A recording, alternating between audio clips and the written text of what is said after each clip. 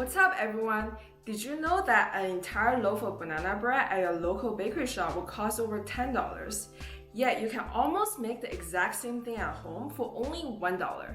So in today's video, I'm going to show you a simple yet super delicious banana bread recipe that you can make at home by using everyday ingredients you already own.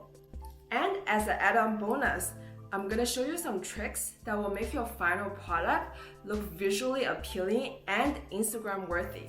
Because after all, don't we all eat with our eyes? So make sure you watch it till the end. Without any further ado, let's start baking.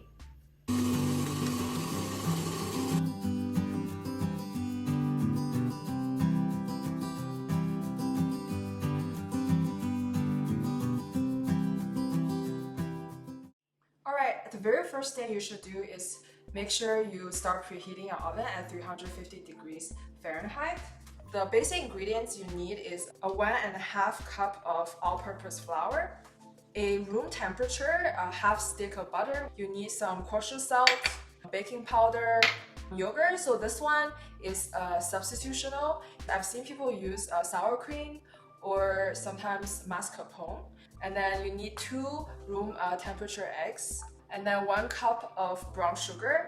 If you don't have brown sugar, you can use white sugar. Personally, I prefer brown sugar because it has more moisture and it has less calorie than white sugar. And then this one is completely optional. I like to add some nuts. So grab whatever nuts you have at home. Today I'm using some like rough chopped pecans. You can use like walnuts, almonds, even chocolate chips. Of course, you need very ripe bananas. So the very first thing you want to do is to mix up the dry ingredients.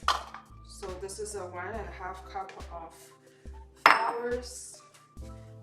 Adding the baking soda, salt. We'll just sit. Transfer it. It's the time to mix the wet ingredients. The reason why you always want to use room temperature butter than cold butter because it will help the bread to rise better, and it also will not elongate the overall baking time. That's putting the room temperature butter.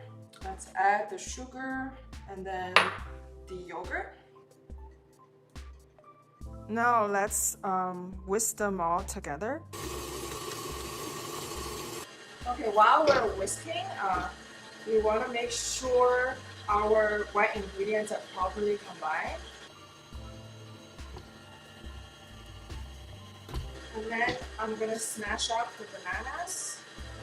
Generally speaking, I like it to be a little bit on the chunkier side. Some rough mix using my fork. I'm saving the last banana for a little bit of Instagram decoration. I'm going to show you exactly how it works. So let's move back to adding the eggs. Make sure you add the eggs one at a time. Again. And once this egg has been fully incorporated, we're going to add the second one. So having this stand mixer has really saved me a lot of time.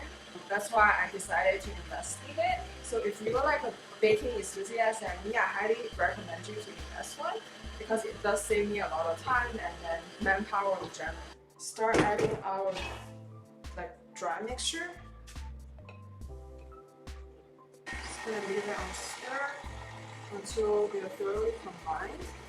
In the meanwhile, I'm gonna grease my loaf pan. If you don't have a loaf pan, you can use any type of pan you have at home. But if this one is pretty cheap, I got it from Amazon. I'll also link it down below.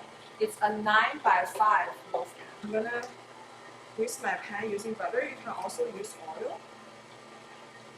I also made a little like hand holder. This using parchment paper. This is optional if you don't have it, but this will help us like lift up the banana much easier. My dry and wet ingredients are pretty thoroughly combined. I'm just gonna scrape down the side.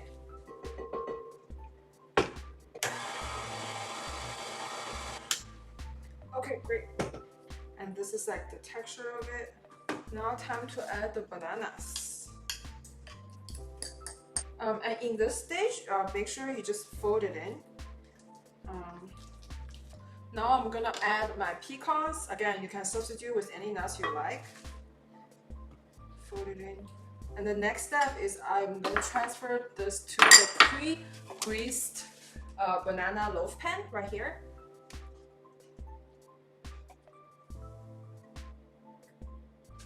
Now you just need to like smooth them out a little bit. Now let me show you guys how to make this banana bread Instagram worthy. So what I'm gonna do is I'm gonna slice this banana in half, and then I'm gonna lay it on top of the loaf. So when it comes out of the oven, it will look really good. Alright, so we have one. I'm gonna lay it on top of the, you don't need to push it down because the banana bread will rise during baking, so it will automatically sort of lift up the bananas. And I have another one.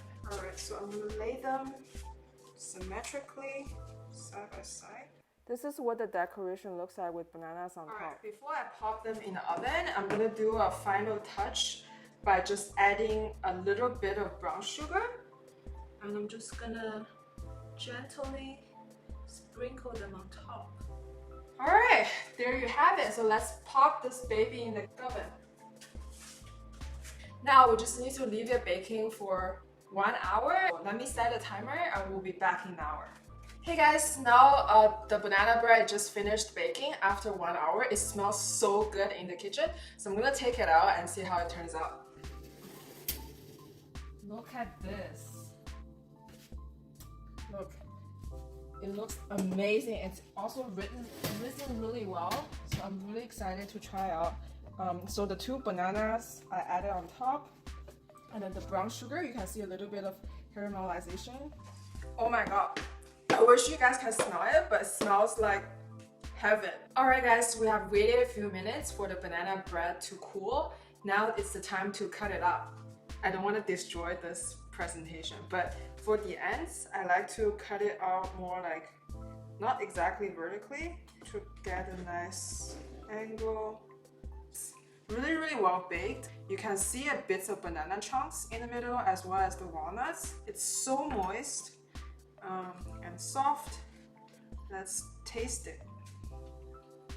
Oh my god, it tastes so good, especially the bananas and then the caramelization of brown sugar. It just gives another like layer of texture. So it's definitely the right level of balance of sweetness. And yogurt also give it a little bit of tanginess. Best part is the crunchy pecans. I got these at Costco and then I just roughly chopped them up. And this play of different texture element really elevated this banana bread. If you have never made a banana bread and you have some of these basic ingredients at home, I highly encourage you to try out because it's so simple, so easy. I'll put it on the screen on how much everything, all the ingredient costs. You can definitely save a lot by just baking at home. Thank you guys so much for watching.